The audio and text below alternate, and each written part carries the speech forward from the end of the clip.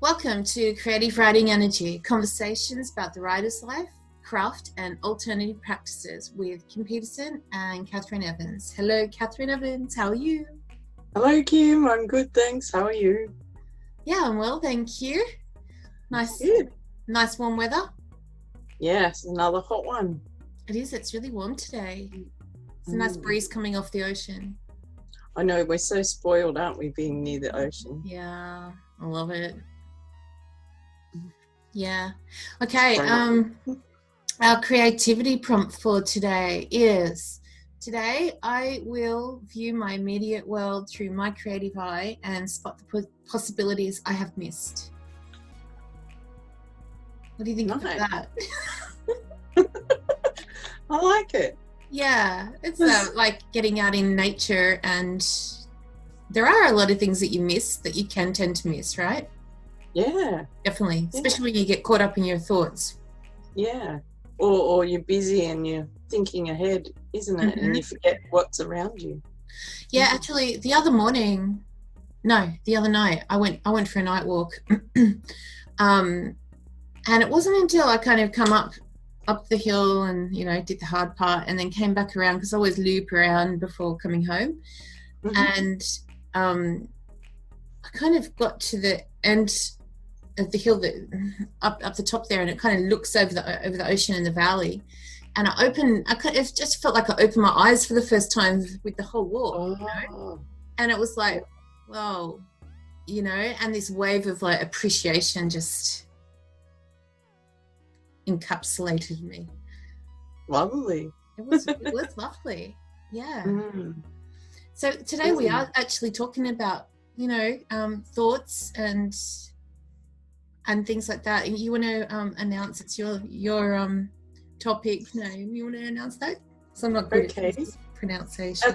Our title for today is Coping with Toxicity, and we're going to talk about the things that we tell ourselves, how they develop and are they true, and how we can turn those feelings around. But we're also going to talk about how other people can influence your own thoughts. Yeah. With a focus sort of on the writer's life, the business. Yeah. All those when you put your personal thoughts out in your story, isn't it? You kind of opening your heart to arrows. Definitely. Putting yourself out in the world. Yeah. I mean, it's writing, and then releasing that to the world is an act of vulnerability in a lot of ways, isn't it? Yeah, very much. Should we do our cards? Yes. You want to go first this week? Okay. So, still trusting my vibes. Nice. And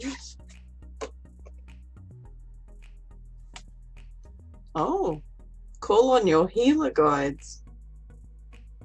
Cool. Oh, that's weird. Healing. Toxic, that toxic really stuff, and yeah. What's your soul say? Yep. Soul journey. This will be interesting. You ready? Da-da-da. Yeah. Oh no. Oh, envy. What we were just talking about. I know. That's how toxic people. I am the same as everybody, but with different challenges. Oh, wow. God, these things freak me out. Yeah. Oh, this is what the book says about call on your healer guides. Although you may be challenged with physical, emotional, or psychic imbalances at this time, do not fear.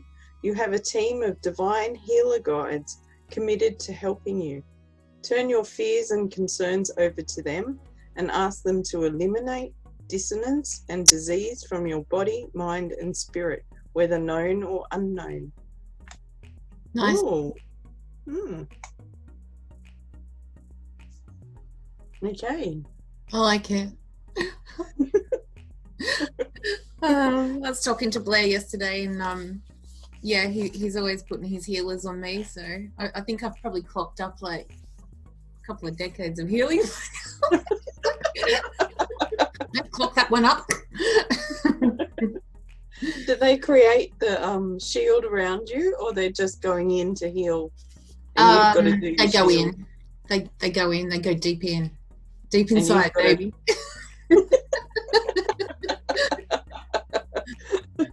Oh.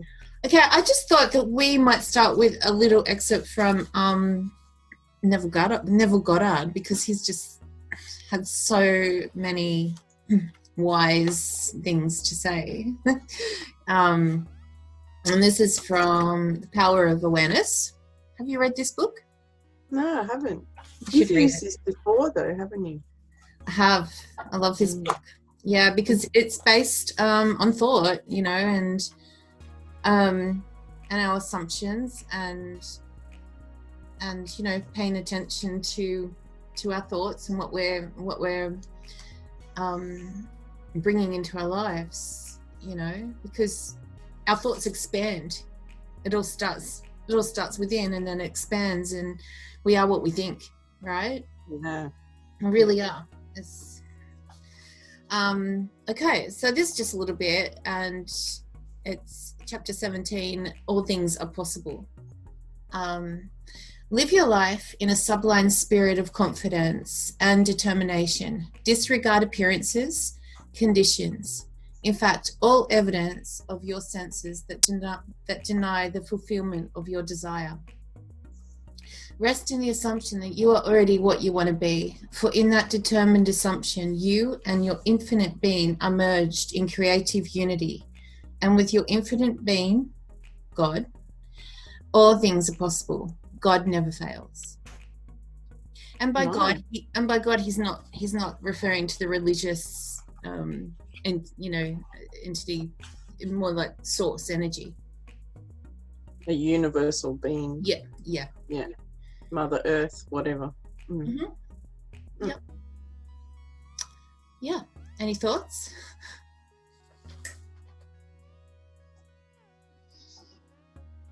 No? Long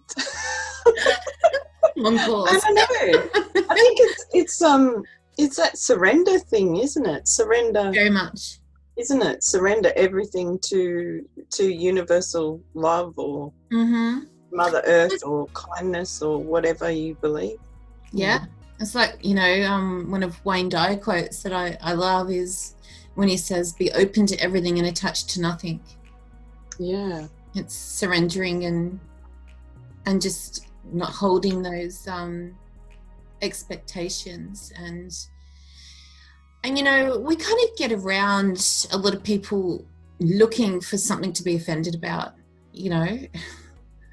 Everyone wants to be offended about something, and being open to everything is kind of just allowing everyone to have their own point of view and responding in that way, rather than being offended. Well, that's an interesting point of view, and it's different to mine, but be open to that rather than taking that internally and outraging about it, and what's the point? Yeah, exactly. Plus, I think being offended and angry and upset and those kind of feelings, they're the really heavy negative feelings that don't let you open up and let go, do they? Like, they weigh you down and make you feel like inside's a sludge, really. They just they're toxic, and aren't they? Yeah. Very much. Yeah. So our thoughts and our perspectives on ourselves and on the world are super important. It's all about mindset, isn't it? Regardless of what business you're in or what you're doing. Naturally, we're kind of going to talk a little bit more about writing because we're writers, but it's so important to have the right mindset. And which reminds me of I jotted down in our notes here, Albert Einstein. One of his quotes was, the most important decision we make is whether we believe we live in a friendly or hostile universe. Yeah. Too often it seems hostile, doesn't it? You have to really look. Even when you are practicing, positive thoughts as much as you can, and that kind of, well, yeah, it's not just about positivity, but I mean, it is a lot, but just being sure about what you're doing, and believing in yourself, I guess, and that kind of thing. You still can never quite always avoid the assholes. Yeah. Plus, media feeds on the negativity as well, doesn't it? Like, you know, you rarely get a news story that's positive. So the world or society perpetuates this toxicity, the negative feelings, the hostility in the world. Yeah. I never the watch nice the news. stuff is, yeah. Don't bother. Exactly. It just makes you feel like shit. So yeah. And it's not really informing you anymore. It's just sensationalizing catastrophes and perpetuating toxicity, really, isn't it? It is. And, you know, and the other thing, you know, we live in such a quote unquote look at me kind of world, you know, notice me, look at me, I'm it, you know, and celebrity obsessed world. I'm seriously not into celebrities. No. I never have been, you know, like except Michael Hutchins. Yeah, but he was good. He was See, I do sports. No, I mean, I admire people for what they do and respect like their work and things. Like, there's some great musicians and great writers and authors. Like, it's not that. It's and actors. It's kind of just elevating them to this higher status, and being interested in the ins and outs of their lives. Like, I couldn't care, you know, what, I don't know, Beyonce ate for breakfast or didn't eat for breakfast, or what she wore to the beach, or who gives a flying fuck, you know? Yeah. Who cares? Anyway. But that's and social media has kind of perpetuated that, because it's not just celebrities that we know like what kings they have and for queens. breakfast. Yeah, it's not just celebrities we know what's had for breakfast. Everyone puts their breakfast photos up, don't they? Like, who cares? No, look what I made for dinner. Yeah, my mum did that the other day, didn't it? Oh yeah, your mum had heaps. Oh, yeah, you know. I made lamb. Oh, thanks to Sharon. Oh, it's weird, isn't it? But and writers, in a way, writers are told that's how they should promote themselves too, aren't they? Like, on social media, everyone wants to see you, and they want to see how great your life is, and, you know, how wonderful your books are and how positive things are. And so, yeah, you get that toxicity coming at you from other writers all the time, don't you? Well, yeah, we're going to step into Are we going there? yeah, we're going to step into these little shadowy recesses of other authors, and look, it's not all authors. I mean, there's some wonderful people in this business, you know, like you. Yeah. And you. But yeah, you can't always avoid. I think there's a lot of authors that may kind of have these warped perceptions that it's competition and competitiveness, but it's not how it should be. I mean, we're all writers. We're all putting our unique. No one writes the same. No one is the same brand. I don't understand the kind of envy. Oh. That is involved, you know. Just sort of get on with it, and but it's not just writers, you know, obscurity, you know. You don't have to be the look at me, the show pony. You just, I mean, I kind of go along and I put out what I put out, and I'm not always confident with what I'm putting out, but I do it anyway, and we do it regardless. I'm not looking at other people thinking, or trying to cut down anyone else either for what they're doing, you know. Yeah. Interesting if someone's going to put out something different, or their different spin. I mean, everyone has their own unique spin, but then you do get the people that are going to passively aggressively be an asshole about it. And I think, Yeah. like you said, that does happen with everywhere and everything. It's just I just like to pretend it doesn't exist until it bites me in the butt sometimes. Whatever.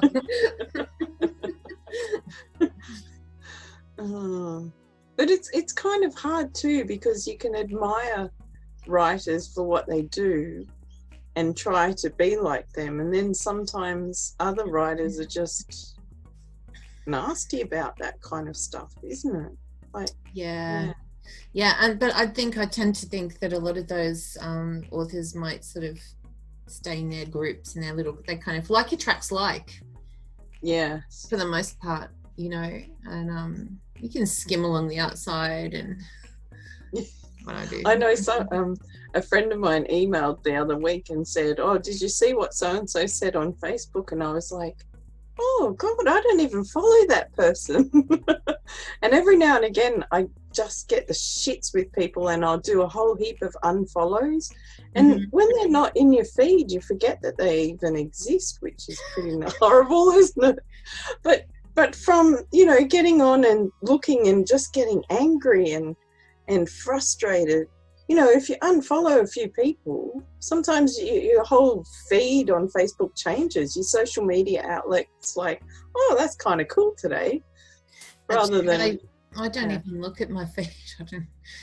I rarely look at feeds on Facebook or Twitter. I'll just go on, post what I need to post, or sometimes I'll have a little flick and I think, oh geez, I better do something to appear supportive. And it's not that I'm not supportive, like I'll click like on your photos and that, and because I like it, but I don't put a lot of time into the feeds. I'm not interested. No.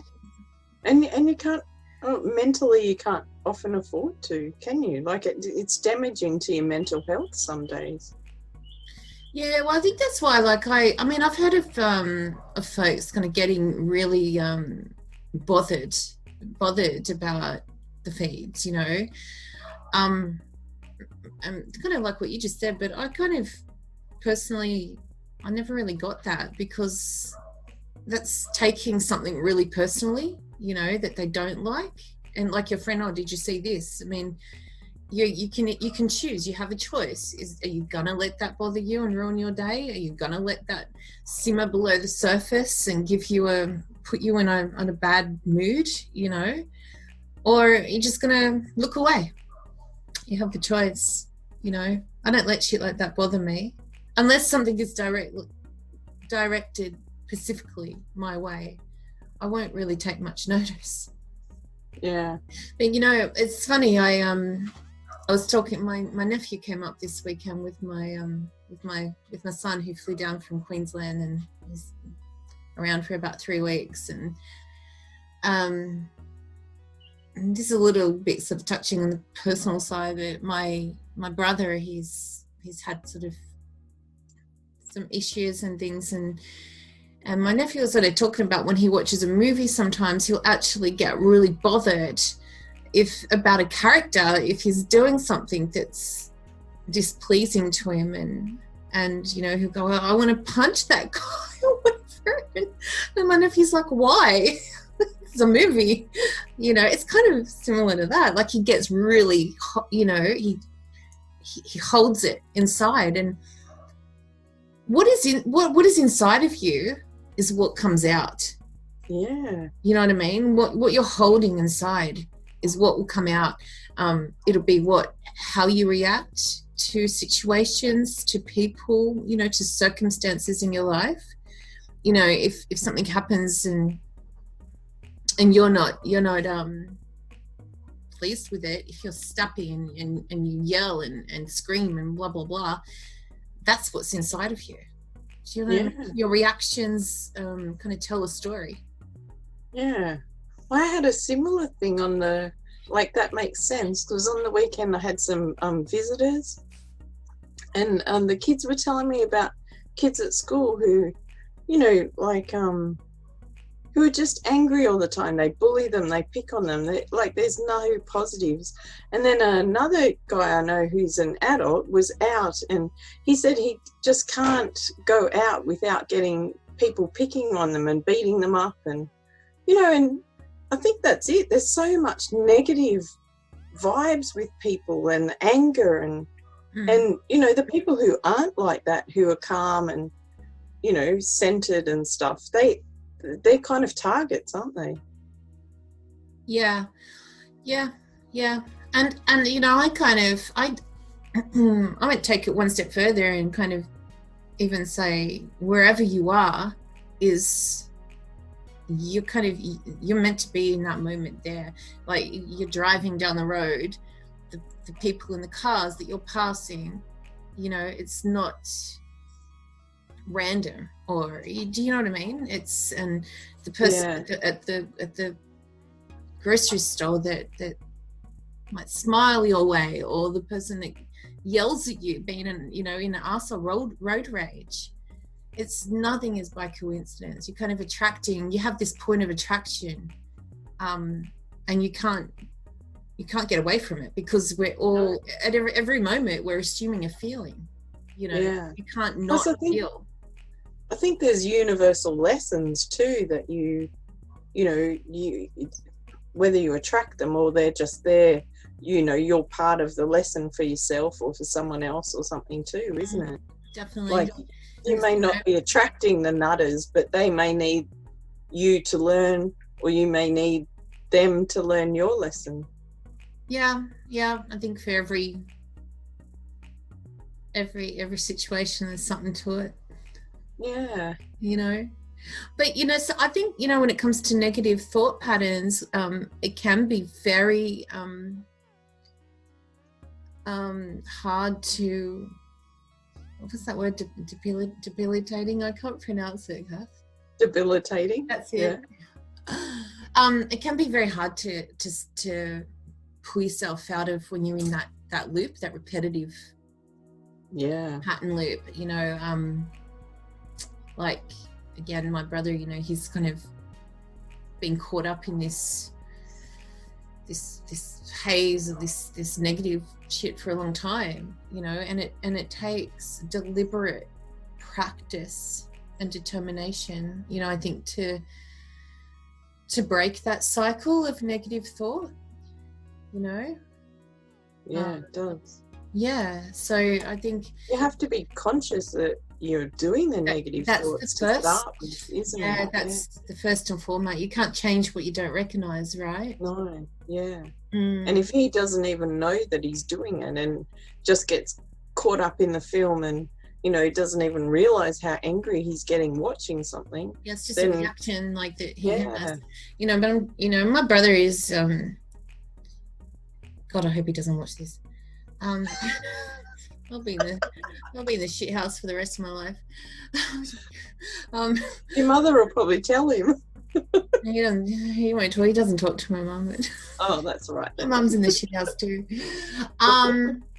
No, but he's he's smart. He's a smart guy. You know, I've had some really great conversations with him over the years. I mean, we used to get on the phone and talk for a couple of hours, you know.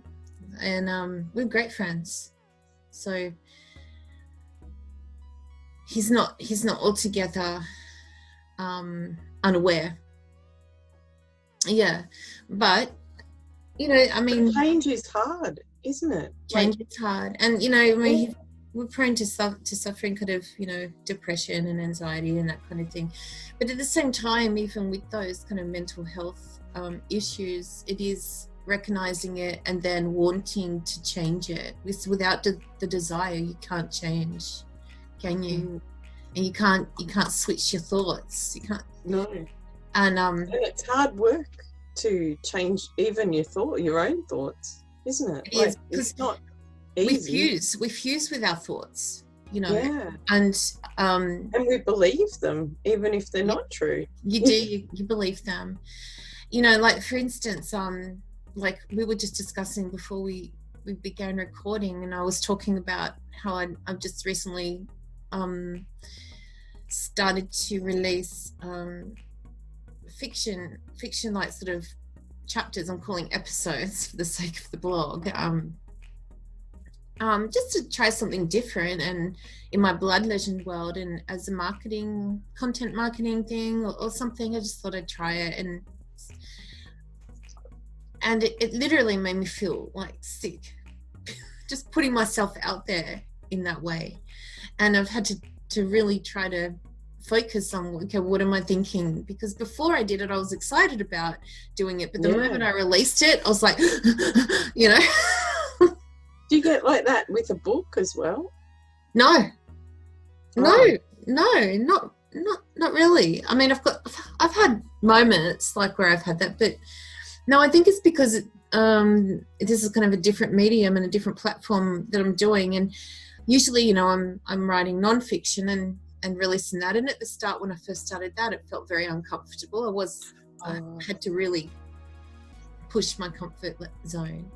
But this is fiction, you know, and it's a bit like, anyway, I've committed to it, you know, to myself and to my readers that have signed up to get the alert. So people have signed up, thank you. If anyone, they've probably not listening. Apart from Harley, she signed up too. So. Oh, lovely. Yeah, thanks, Harley. She's awesome. She's awesome, yeah, I know.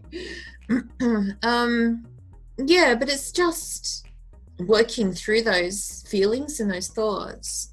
Yeah. And doing something outside your comfort zone really triggers stuff that you just don't even think you have issues with, doesn't it? But we've got to be willing to do that, you know. If we yeah, and willing to make the mistakes and willing to push yourself. Grow. It does. It promotes your growth. And it's exciting at the same time. And at least you tried something. I mean, nothing tried, nothing gained, right? Yeah. Yeah, and sometimes there's not, you know, there's quite a fine line, isn't there, between fear and excitement? You know, like when you do anything that pushes that boundary, you know, it's nothing to tip you one way or the other, is it? Yeah. And that's like I went skydiving once, and I remember that was really pushed every button. Like I didn't eat for about 24 hours because I was scared stiff I was going to spew. Land in it, you know. And how did it go? Was it? It was the most exhilarating experience of my life. Yeah. Really. And just talking about it, you still get sweaty hands and stuff, and it was bloody 20 years ago. Really? Yeah. Speaking of skydiving, I bought my husband a voucher to go skydiving a few years ago, because it was something that he'd always wanted to do, you know. I think it was for his 40th. I think it was for his 40th birthday. So, you know, I think the ticket was like $300 something. So I bought this ticket, made the booking for his actual birthday. We went out there and it was raining, right? So they didn't go, it just got heavier and heavier. So it was cancelled. So it wasn't until like maybe 6 months later that we got around to rebooking.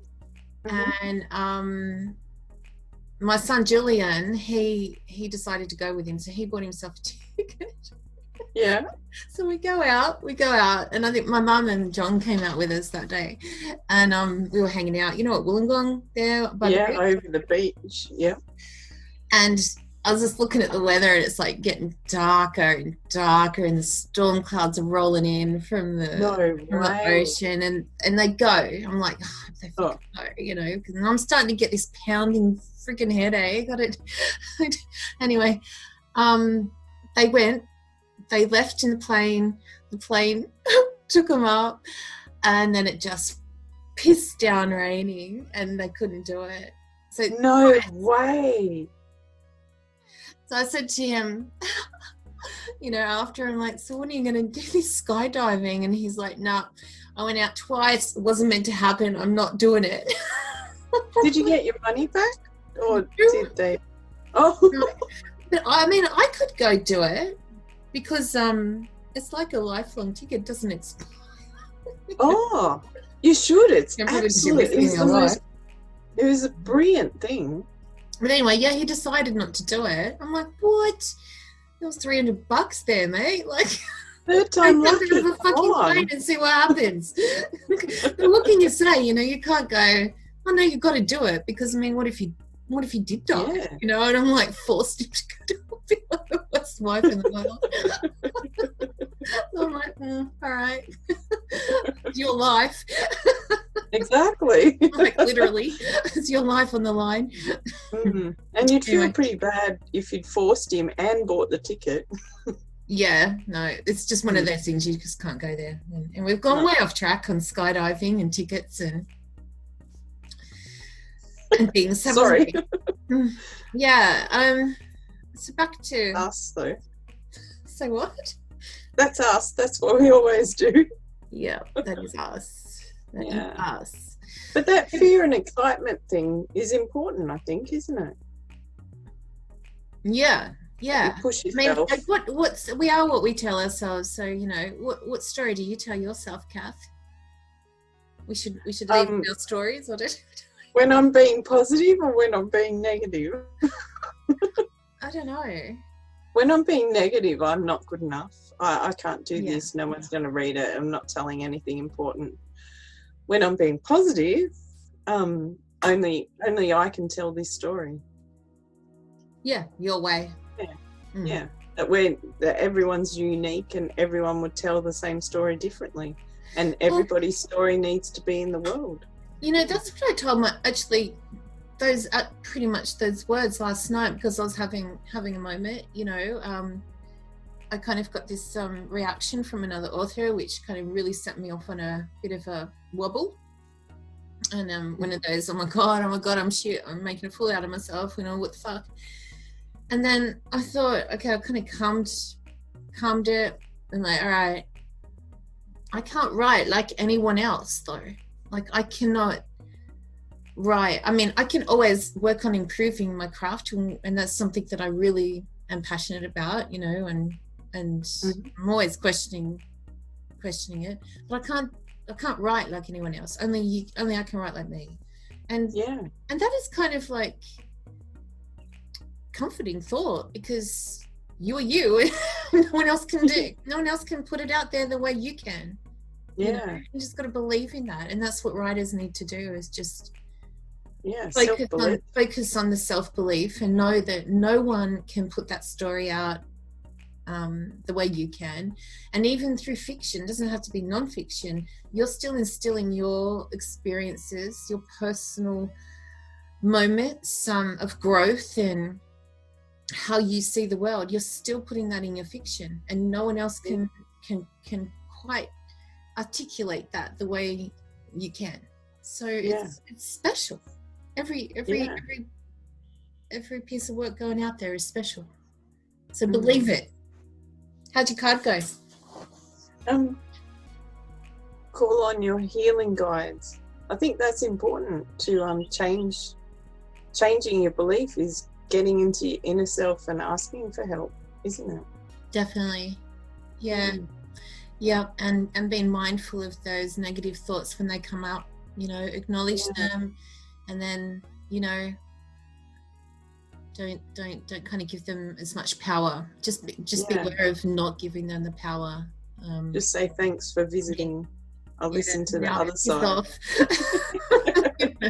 I'm not always perfect at it, but, you know, at least being aware of it is the first step, right? Yeah. And in my card, you will come across this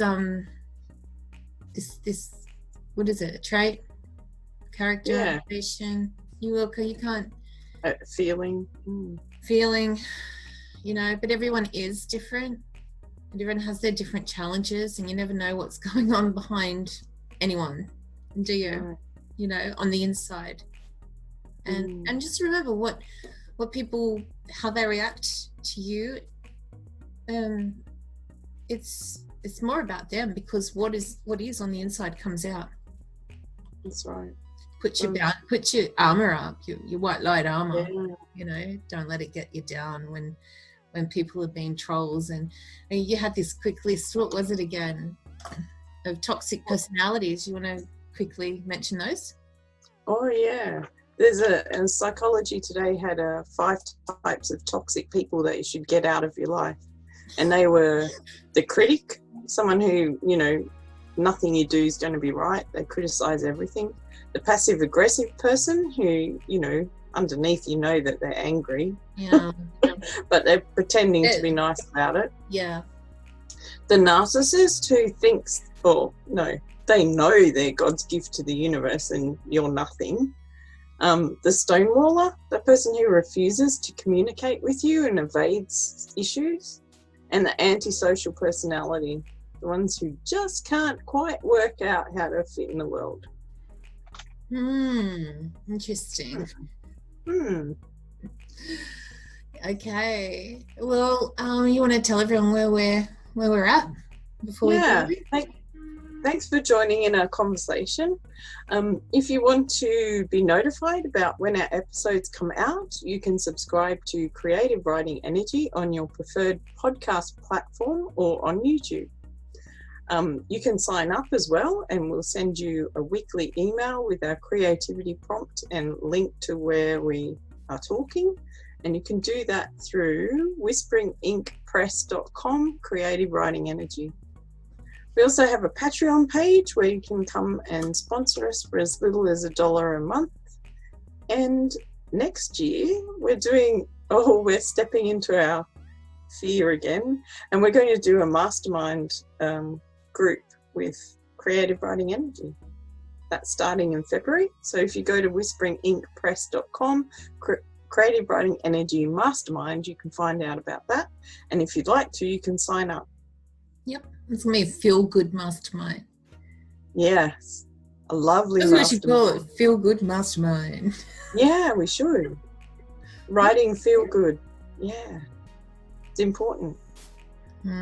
Definitely. We've got to uplift each other. Yeah.